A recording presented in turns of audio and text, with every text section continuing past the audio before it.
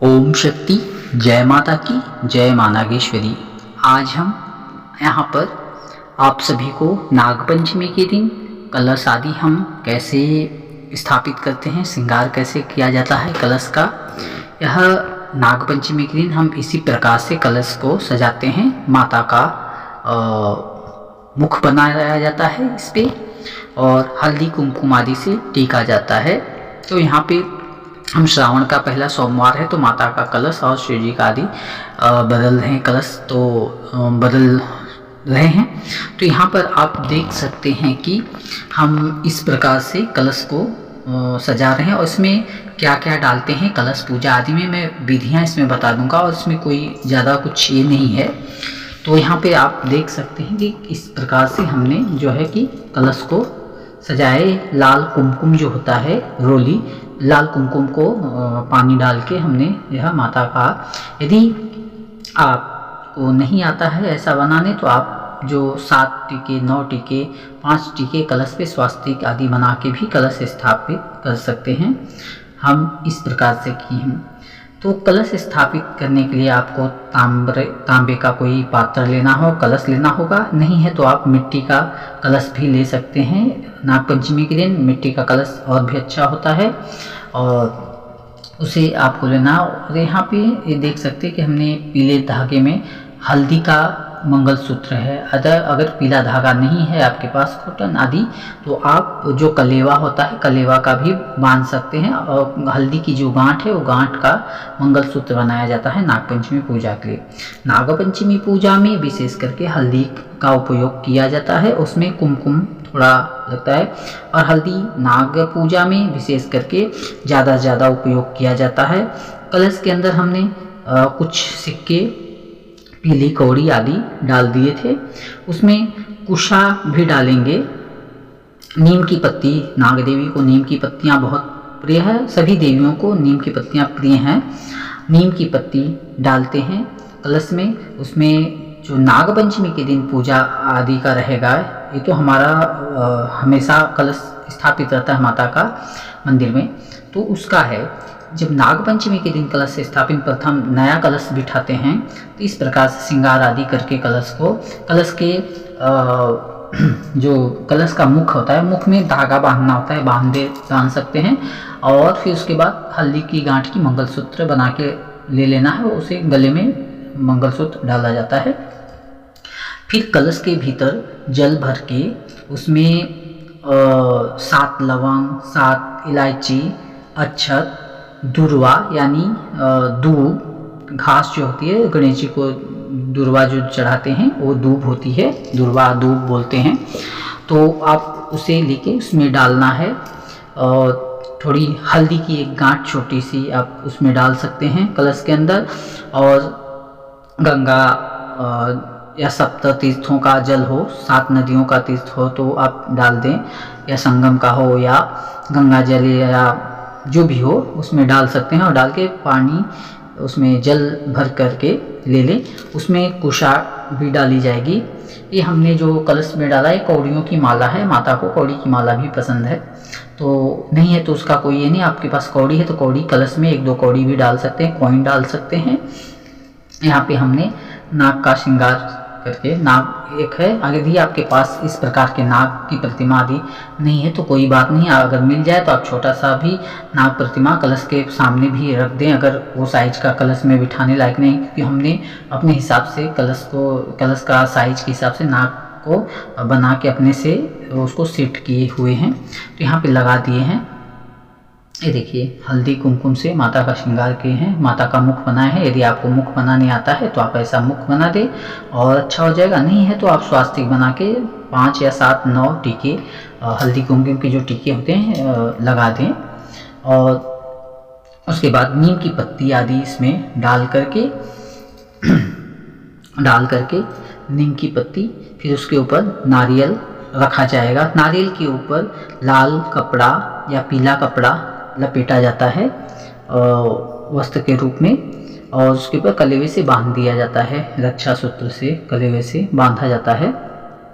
बांधने के बाद फिर कलश के नीचे थोड़ा सा अक्षत रख के वहाँ पे जहाँ पे कलश स्थापित करेंगे वहाँ पे एक स्वास्तिक बना दें। स्वास्तिक बना के उसके ऊपर जो अक्षत जहाँ चावल के लिए अक्षत रखेंगे कलश स्थापित करने की थोड़ी एक मुट्ठी चावल कलश के हिसाब से, जो कलश छोटा हो बड़ा हो उसके हिसाब से एक मुट्ठी चावल जमीन पे रखे जहाँ कलश स्थापित करना, उसके ऊपर स्वास्तिक कुमकुम से या हल्दी कुमकुम से स्वास्तिक बना दे। बनाने के बाद उसके ऊपर कलश को स्थापित करें। कलश स्थापित के बाद फिर उसमें जो कि आप नीचे आसन यदि देना है तो कपड़े का आसन पहले बिठाया जाता है। पाट हो या कोई पाट हो आप वो ले लें, पाट आदि पे लाल कपड़ा का आसन बिछा के फिर उसके ऊपर जो है कि अक्षत रखा जाएगा, चावल रख के उसके ऊपर स्वास्तिक बना के कलश स्थापित की जाएगी।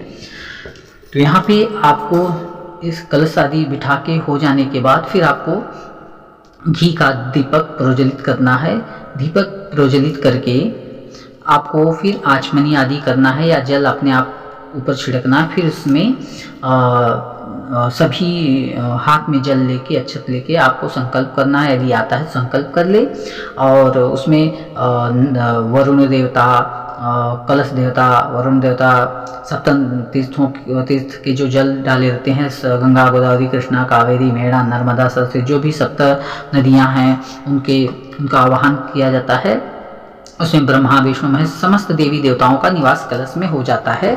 तो आप जिस कार्य हेतु काम का नागपंचमी का जो है कलश स्थापित कर रहे हैं पूजा आदि के लिए, अनुष्ठान के लिए, तो आप उसका मन में ही मन भगवान विष्णु का 3 बार नाम लेके, ओम विष्णु विष्णु विष्णु 3 बार नाम लेके स्मरण करके भगवान नारायण और ज्योति को साक्षी मान के संकल्प कर ले कि हम इस कार्य से इन सभी देवी देवताओं का आवाहन कर रहे हैं। नाग, विशेष करके मनसा देवी, नाग देवी की पूजा कलश स्थापना कर रहे हैं, जिससे हमारे जो भी आपकी मनोकामना है उस मनोकामनाओं को बोले।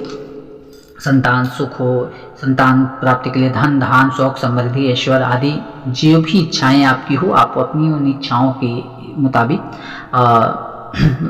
संकल्प करके करें। और प्रथम आवाहन गौरी गणेश का करना है। वहाँ पे पान सुपारी लेनी है, 2 पान के पत्ते, खाने वाले पान के पत्ते जो होते हैं, साबुत सुपारी लेनी। सुपारी पे थोड़ा सा कलेवा बांध करके उस पर हल्दी कुमकुम लगा के रखें और कलश के सामने रखें। और देखिए ये कुसा होती है, इसे कुसा कहते हैं, जो हर पूजा पाठ आदि में लगता है, कर्मकांड आदि में भी हर जगह मिल जाता है। तो इस प्रकार से देखिए हमने कलश को सजाया है, जैसे इसमें सजाना वैसे आप भी सजा सकते हैं। तो इस प्रकार से आपको कलश की स्थापना आदि करके लेना है। तो उसमें गौरी गणेश के लिए सुपारी आदि का रख के आवाहन करना है। आवाहन करके गौरी गणेश का विघ्न विनाशक गणपति का प्रथम आवाहन करके उनसे प्रार्थना करनी है कि हमारा यह नागपंचमी का व्रत में कोई विघ्न बाधा ना आए, हमारा यह जो पूजा अनुष्ठान है नागपंचमी का, यह बिना विघ्न बाधा के संपन्न हो, अच्छे से आपके आशीर्वाद से हमारा जो मनोकामना है पूर्ण हो, माता मनसा देवी के कृपा अनुग्रह से सब अच्छा हो।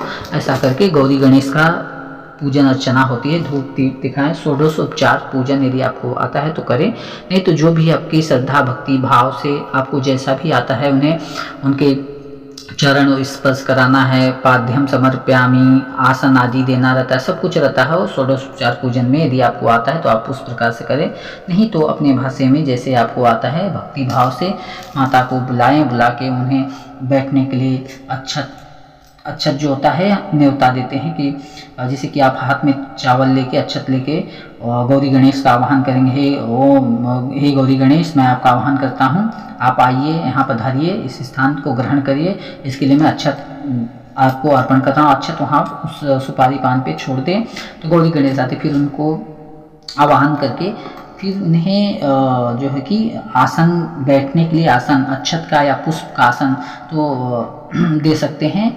और उनका पैर धुलाना रहता है, पाद्यम समर्पयामि संस्कृत में सब होते हैं, आप उनका पैर धुला दें, अपने भाव से पैर धुला दें। पैर धुलाने के लिए आचमनी से पानी दें, पैर धुलाएं, हाथ धुलाएं, आचमनी करवा दें, स्नान करवा दें। फिर उन्हें आसन दे बैठने के लिए, आसन बैठने के बाद उन्हें उनके माथे पे हल्दी कुमकुम रोली चंदन जो भी हो आप उससे टीका करें उन्हें, गौरी गणेश को, और धूप दिखाएं, दीप दिखाएं, और जो भोग आदि है, केला हो, दूध हो, जो भी फल आदि हो आप उनको भोग में दिखा के लगा सकते हैं। फिर उसके बाद कपूर आरती आदि सब रहता है। छोटा सा कपूर आरती करके गणेश जी को ऐसे ही सूक्ष्म आरती 5 बार घुमा के रख देना है।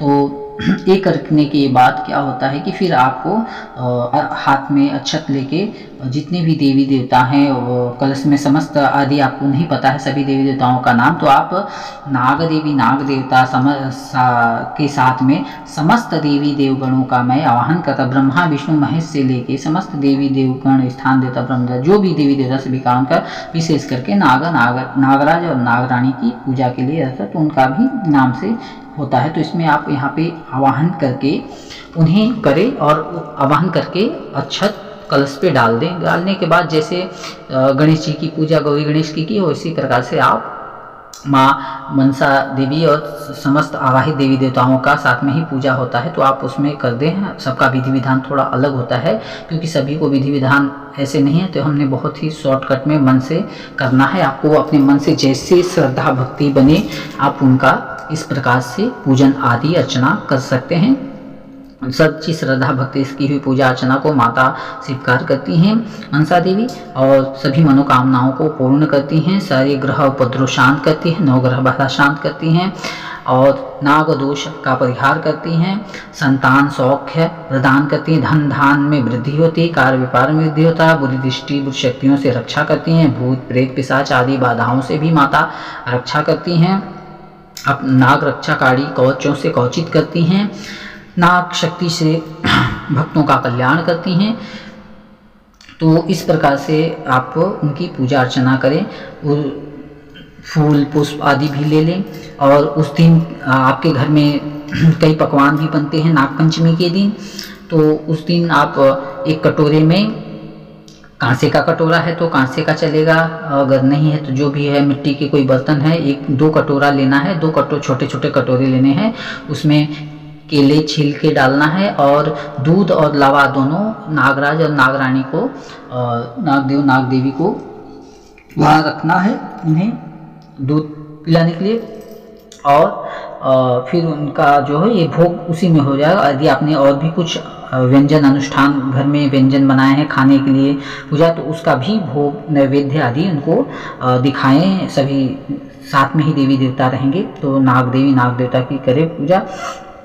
और उससे पहले तो हमने एक वीडियो में बताया था कि घर की साफ़ सफाई आदि तो करनी है, और उसके लिए आपको गोबर आदि से लीप के लेना। अगर आपका घर में टाइल्स आदि लगे तो वहाँ पे थोड़ी सी जगह में ही गोबर और मिट्टी से लिपाई करके ले लें, और वहाँ पे ही कलश स्थापित करें कपड़ा आदि आसन दे के। और घर के सामने द्वार के चौखट पे 2 नाग नागिन के जोड़े, एक नाग का प्रतिमा इस साइड में, एक नाग की प्रतिमा इस साइड में बना के, मिट्टी का ही बना के चाहे तो आप रख सकते हैं, या तो गेरू से आप दरवाजे पे ऐसा डिजाइन बना सकते हैं नाग की आकृति। और चौखट के दोनों साइड में थोड़ा सा जो है कि गोबर और गाय के गोबर और इससे आप लीप के वहाँ पे स्वास्तिक बना के वहीं पे नाग की प्रतिमा गेरू से बना दें, या नहीं तो मिट्टी की सांप बना के आप, तो उस दिन वहाँ पे भी आपको हल्दी कुमकुम, उसके ऊपर हल्दी डाल के, हल्दी कुमकुम डाल के वहाँ पे जो है फूल आदि अक्षत आदि डाल के वहाँ पे आपको दूध आदि चढ़ाना है। थोड़ा सा दूध और लावा लेके पूरे घर में जगह जगह जहाँ तहाँ है घर के आसपास जो शुद्ध जगह है हर जगह वहाँ पे दूध और लावा छिड़क दें, डाल दें, ताकि कहीं भी कोई भी नाग हो तो सभी अदृश्य में हो या साथ प्रत्यक्ष में हो, वो सभी आते हैं तो सभी सेवाएं स्वीकार का। और उस दिन यह छिड़कने से क्या होता है, नाग कोई भी दुष्ट प्रवृत्ति के नाग आदि घर में नहीं आएंगे, ना ही आपका अनिष्ट करेंगे। और जिस घर में नाग देवी का कलश स्थापित रहता है उस घर में नाग अनिष्ट कार्य के लिए कभी नहीं आते हैं, और सदा रक्षा के तौर पे कभी दिखे तो जल्दी तो दिखते नहीं, यदि दिखे तो भी समझे कि वो उनका रक्षा का भाव होगा, रक्षा के लिए दिख रहे हैं। और कभी भी नाग को ना मारें, नाग दिखे तो ना घबराएं। यदि आपको डर लग रहा है तो आप कोई सांप पकड़ने वाले को पकड़वा के उसे निकलवा के कहीं जंगल में छुड़वा दें, कदापि उसे मारे ना, क्योंकि नाग दोष भयंकर होता है, 7 जन्मों तक लगता है नाग दोष से बचने के लिए। और तो ऐसा कदापि ना हो, और इस प्रकार से आप करें पूजा अर्चना, और आपकी मनोकामना माता पूर्ण करेगी। आशा करते हैं आप सभी को यह बहुत सूक्ष्म जानकारियां हमने दी हैं। विधि विधान और भी बहुत हैं, लेकिन ऐसे भी यदि आप लोग करते हैं तो आपका मनोकामना पूर्ण होगा, माँ मनसा प्रसन्न होगी। ओम शक्ति, जय माँ नागेश्वरी। अगली वीडियो में नाग मंत्र भी बताएंगे। ओम शक्ति, जय माँ।